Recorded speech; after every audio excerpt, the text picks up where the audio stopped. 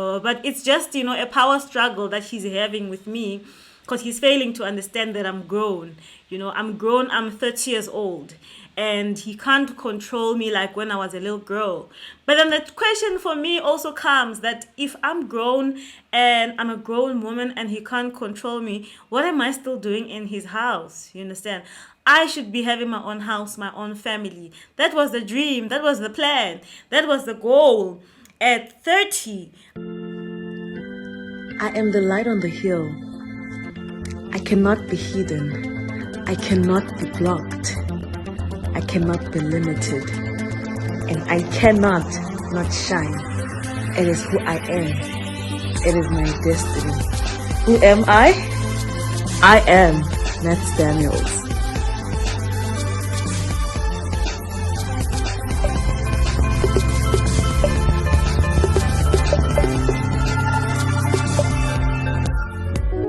Hi everyone and welcome to my channel. This is Matt Daniels and I'm so excited to host you guys today, and we are going to be speaking about how it feels, to be 30 and to just, be constantly solving problems, to be constantly in challenges, to not be where you feel like you should be, especially as a woman of God and as a prayerful person and as a person, who has been in ministry for the longest of time. I mean, I have a certificate in theology. Why am I not successful? Okay, I am successful. I am successful. I am prosperous. The Bible says that the weak say I am strong, and that the poor say I'm rich. I am rich. You guys, I can feel rich. Like when I'm in my car and I'm driving to a particular location, I feel like I'm in a Range Rover and I'm wearing Louis Vuitton shades with a Louis Vuitton head wrap and a Gucci cardigan like in my head. Like y'all are gonna see me physically in my Haval, but spiritually I am inside of a white topped black, Range Rover, top of the class, in my Gucci sneakers. Like I'm there. That's the life that God is calling me into. And, I speak it on a daily basis. I see it. And it will come to manifestation one day. And please make sure that you subscribe to this channel and you ring the bell so that you get notified whenever I post new content. So I think that this channel is going to help a lot of people, especially Christians, because, you need someone sometimes who's normal, who's been prayerful all of their lives, to just show you what it means to just be a real church girl, to be a real church girl who's been in and out, in and out, in and out, in, out. That's me. That's my life. You need someone normal who's going to just show you how to deal with all of those things and live a life full of faith. And everything works out. If you follow my stories, you watch my previous video, you realize that my life stands entirely on faith. Now, I want to share with you guys how, I could have fallen into depression.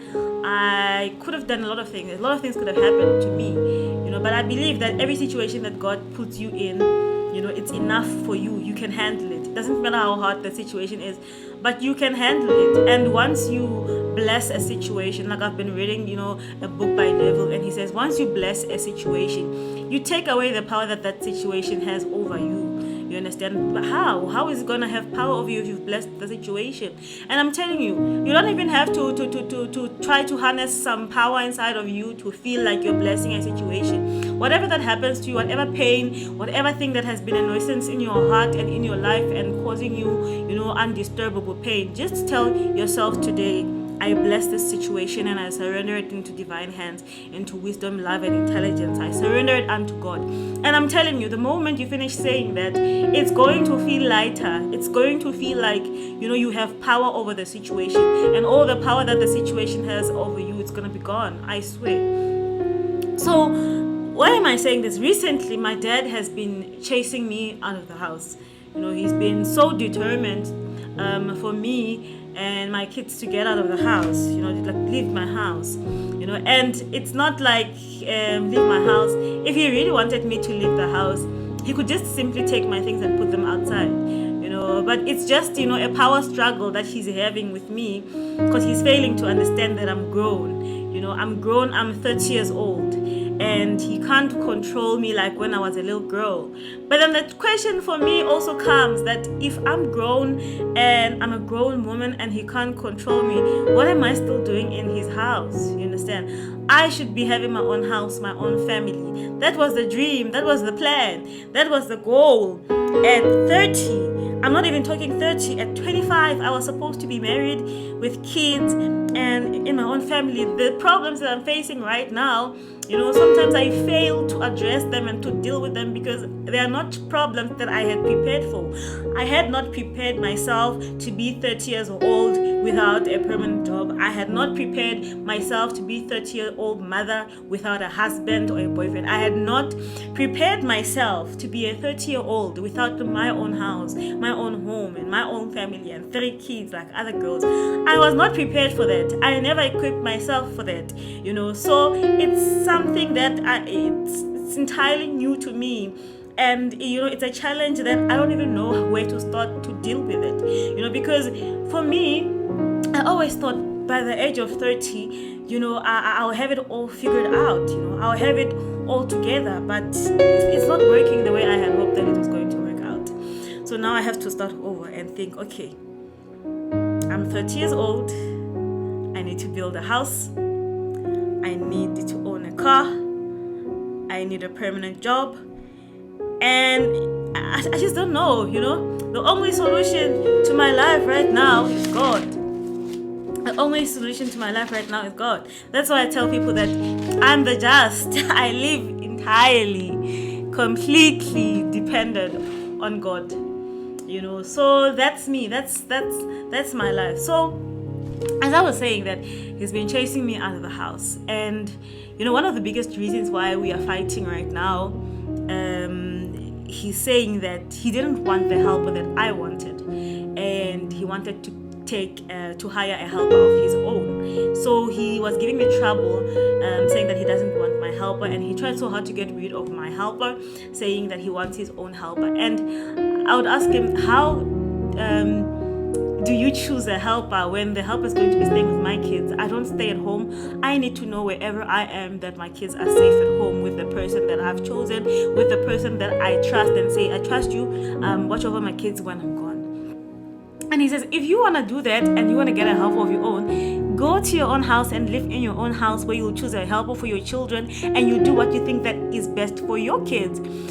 So you find that it's a constant battle, and he would make it really difficult for my helpers to stay even if I insisted. And it's also sometimes I'm also limited as to how much power I can actually exert on the situation, because it's not my house in the first place. So for him, it could be just a little power hassle, but for me it's a constant reminder of the fact that I'm not where I wish I would be in life. I don't like having to struggle, with my dad over his house and over my kids and what should be happening to my kids. I don't like that, but I surrender the situation into divine hands and divine intelligence and love, and I bless this situation. I do not judge this situation, and I know, that God will make a way, and I know that it is already handled in the mighty name of Jesus, through grace of Jesus Christ who is within. And when you are 30 years old and you are grown, people have expectations, and I feel like it's something that we can't really run away from. It's something that we have to face, and those are questions that we are always going to come across. And in as much as we can't tell people what they should ask and what they shouldn't ask us, because of how we feel, because people don't give a care. They don't care a damn about how we feel. So sometimes it's a matter of training ourselves about, how to handle those situations. It's kind of like with our children that we raise. Instead of telling the world, be kind to our kids because they are so, weak and they're not strong enough. Be kind to people. We should also tell people that they should be strong, because we can't always control what people say. We can't always control what people do. So it's very important for us, in as much as we teach mental health, as much as we teach depression, as much as we teach suicide, for us to also teach hope, for us to teach love, because those are the things that are going to heal all diseases. If we can replace hate, replace suicide, replace fear with hope and love and faith, I'm telling you that we are going to be so much encouraged and so much strengthened and better, because we all go through the same challenges, but some make it and some don't make it. Why? Because some have hope, some have faith, and some have replaced that hope and faith with fear and pain and struggle. So for me, being 30, as I said, it's kind of like constantly being in an exam room, and the questions that are asked in the exam room are: when are you going to get married? When are you getting pregnant? When are you going to have a baby? Do you have a car? What car do you drive? Do you have a permanent job? Where are you working? Who you're with? Who's your boyfriend? Where's the father of your children? Like, those questions you are constantly asked. You only have one child. Why do you have one child? Like, what do you even say? Like, you don't even know how to answer, to those questions. And what people don't realize when asking you things like that is that you also ask yourself those questions on a day-to-day basis. Like, okay, why isn't this happening? Why aren't things coming together? Why am I not finding a job? And then someone comes and then they add, to that. It just becomes a problem. Whew. I'm telling you guys, I never thought, the whole woman of God, like, I was prayerful, guys. I was prayer warrior. We would sleep in church at night, and our church had no doors and no windows. It was just in the bushes. There would be snakes and whatever. We would not see them, but we would sleep in the church and would not be afraid, and nothing would happen. We'd be safe. We'd go like 3 a.m. home in the morning. Like, I was a prayer woman. I was a woman of God. And for me to be where I am today, I'm like as shocked as many people watching these videos. Like, what? Is this me? Am I here? Am I 30? Am I really turning 30 this year? And some things are coming together, some falling apart. It's just a beautiful mess. And in spite of everything that's happening, I know that God is leading to a destination. One thing that I've noticed about God is that God always focuses on the end, and He doesn't really care about how things are going to unfold. The things, God has the most craziest strategies on how to solve our lives. You think you are in the journey. By the time you get to the end of your journey, you won't even know you're in the end. You just be surprised that everything just comes together. It seems like it's happening all at once, but it's been a journey. And you're gonna forget everything that you've been through. You're gonna forget the suffering, and it's just going to be this amazing, beautiful journey. So I'm like, how am I 30 years old and I want to have it all together?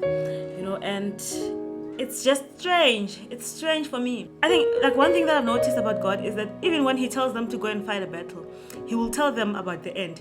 Like, go and fight. And when you win, make sure that you take their children, their homes, and do this and this and that. You understand? He will always tell them that, so that when they go and fight the battle, they fight knowing that they're going to win. You fight differently when you know that you're going to win the battle before you even fight it. You fight differently. You don't fight like a loser. You can come across depression. You can come across hopelessness, unemployment. You can come across loss, but you fight differently when you know that you've already won the battle. So that's me. Those are some of the struggles that I've been facing. Some of the struggles that I've been facing. I remember there was a moment where sometimes my baby little will ask me, "Where's your man?" And then I was like, "This sucker." So those are the challenges that a person goes through. When we turn 30. I remember when my dad took me and we went to the social worker, and I was so disturbed, but I just understood, that when a person gets old, their mind changes. And I think I understood this because of the ladies and the women I used to work with at Makulasa. Because we would sit down and they'll tell you about their experiences with older people. So I think if it was not for those experiences and them telling me what happens, I think I wouldn't be as understanding to this situation that I'm in right now as I am right now. Because I think the only reason I'm understanding right now, it's because we've spoken about it. I understand what's going on. So like there are certain people who love flaunting on us, and that they're not merciful to us who have not yet made it in life. It's kind of like, when you just come out of the exam room and then you've just written an exam, and then everybody comes and they're discussing answers and they're so confident in their answers, and you're just sitting there like, well, whoa, what are you guys talking about? Because people are just saying things and it's way different from the things that you've written in your own exam. And it seems as if you don't pray enough, you don't tithe enough, you don't give enough, you're not doing enough, you pray, serve enough. You find someone telling you that their life is together because they served, and they don't even know what serving is with blood. And you're served with blood, and someone comes and then they tell you that they've made it because they're fasting, and they don't know that you've once been bones and skin, because of your fasting. And someone comes and tells you that they got healing because they had faith, and they don't know that you gave your last cent in the name of faith. Someone will come and they will brag to you about what they have. And they'll say because they read the Bible and apply the Bible, and they don't know that you can literally memorize the whole Bible by heart. And it's kind of like that kind of a situation. And I can't blame people. I can't blame people for praising their God and thanking and being thankful and grateful for what they have in their lives. Even though I do wish they could be a little bit merciful sometimes, in the bragging area. But because better one should be grateful, But one thing that I want to do today, focus on in this video, is that you are 30 years old and things are not coming together. The most important thing I feel for me to do, is to forgive and to let go so that I can move on. I need to forgive and I need to let go. I need to speak situations and speak and forgive not people, but the situations that have hurt me. The people don't matter. The people that God used don't matter. We were not hurt by people. We were hurt by situations. It is the barrenness that has hurt us. It is the barrenness that has hurt us. It is the loss that has hurt us. It is, the relationships, the horrible relationships, the horrible experiences at work that have hurt us. And we need, if you can't forgive certain people, forgive those situations and tell those situations tonight or today that I forgive you situation. I forgive this situation, and I apply the law of forgiveness. I call upon the law of forgiveness, and I pray and call upon the law of healing. I release it. The Bible says, I forget all those things that are behind me, and I press on towards the mark of the high calling. What does it really mean to forget all those things that are behind me and press on towards the mark of the high calling? It means to completely let go and to completely forgive, because if you don't forgive and you hold on to all those pains, and not what people did to you, but what situations did to you, you hold on to all those pains and all those baggage, and they just keep pulling you down and hurting you and making you sick. It's time to release it. It's time to release and bless every situation. If you're a smokeaholic, I want you to tell, that smoking habit that I bless you, and I do not judge you, and I do not consider you as bad. I bless you and I release you. If it is a sex situation, a porn situation, I want you to bless that situation and release it. And if it is a situation, with hating people, a situation of jealousy, which leads to witchcraft, sometimes people perform witchcraft, with their mouths, and they don't even know it If it is that sometimes you feel like you're destroying other people and you're destroying yourself, let the situation go. Bless it and surrender it to divine hands and release it, and allow God to move in your life, and allow the spirit of healing to flow in your life and in your heart. Forget all of those things. It doesn't matter how painful it was. Let it go. Write it on a piece of paper if you have to. Write it on a piece of paper, bless it and release it. Don't forget to bless it. Bless it and release it, and allow your life to move on to the next level, and allow yourself to prosper. Allow yourself to start attracting with your minds and the beautiful thoughts that will remain in your mouth the good that belongs to you. You dated the Sipo, and Sipo hurt the hell out of you, and you are still holding on to Sipo, and you are still meeting Sipo after Sipo, Sipo after Sipo. You try going to a different location and it's still Sipo. Maybe the problem is not Sipo. The problem is something that you are holding on to. The energy of the first Sipo that you dated still is inside of you, and you are carrying it around, and it's just bringing more of the same type of man. Release it, bless it, and let it go.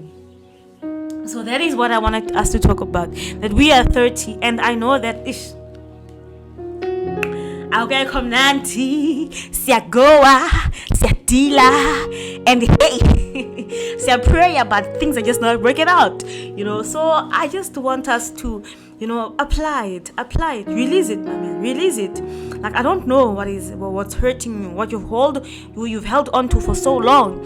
I've been moving from job after job after. Why am I moving from job after job? There is something. God help me to realize a particular pattern, whether it's in the spirit or it's in the mind or it's in the heart, so that I can release it and move on. I release it. I release it. I release it. I release it. I bless the situation. I do not judge it, and I surrender it to divine hands. Thank you so much, guys, for watching this video, and I hope that you are going to subscribe to this channel, and you're also going to ring the bell so that you get notified whenever I get new content. Don't forget, when you press subscribe, just after subscribe, there's going to be a bell that's going to appear there, and that bell that you press there is going to make sure that every time I post a video, you get notified. So you guys, I really love doing this, and I pray that you guys keep listening to my videos, and you keep following my channel, so that I can keep making more videos and sharing you guys more of the word of God, more of my experiences, more of the growth. I've been in the church for so long, you guys. Don't go around and get misled while we are here, while we are full of the wisdom of God. I hope that's not pride, right? Anyway, subscribe to the channel. I love you guys.